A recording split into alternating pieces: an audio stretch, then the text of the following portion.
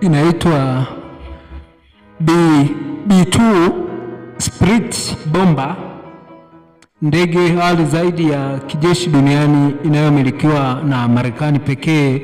Ndege ya kwanza ya aina hii iliruka kwa mara ya kwanza mwaka 1989 na kukabidhiwa kwa jeshi la wanaanga la Marekani kuanzia mwaka 1993.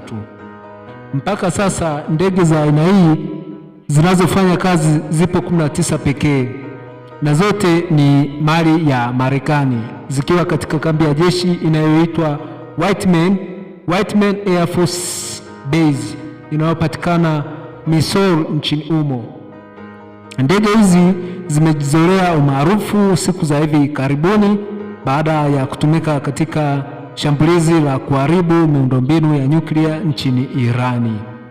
Shambulio hilo la kushtukiza la Marekani lililopewa jina la Operation Midnight Hammer lilitekelezwa kwa kutumia ndege 7 za aina hii ambazo zilifanikiwa kuingia na kutoka katika anga la Irani bila kutambulika au kuonekana kwenye mfumo wa ulinzi wa anga wa Irani. Teknolojia ya siri ya B2 kutoonekana kwenye rada inajumuisha umbo lake, injini zilizofichwa na teknolojia ya kupunguza joto pamoja na rangi yake iliyoundwa ili kunyonya nishati ya rada badala ya kuiaksi, yaani absorb radar energy instead of reflecting it. Hii inapunguza kwa kiasi kikubwa ndege hii kuonekana kwenye rada kama ndege kifaa na kupelekea rada kuiona B2 kama ndege kiumbe mdogo.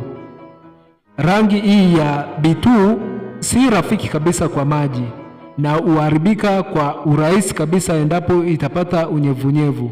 Hivyo ndege hizi haziwezi kutumika wakati wa mvua, kwani kwa kufanya hivyo zitapoteza uwezo wake wa kuepuka ulinzi wa anga, yani rada. Aidha, ili kuongeza ufanisi, B2 imeundwa kwa nyenzo za alama zikiwemo graphite, epicose, fiberglass, polyimide, fiberglass, epoxy na madini ya titanium.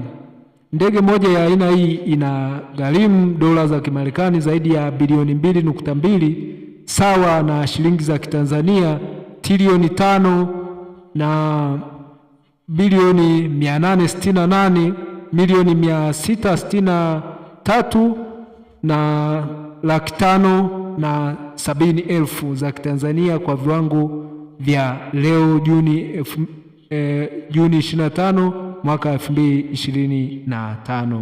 Hii ni ndege ya bei ghali ya B2 ambayo inapatikana pekee hapa, inapatikana Marekani.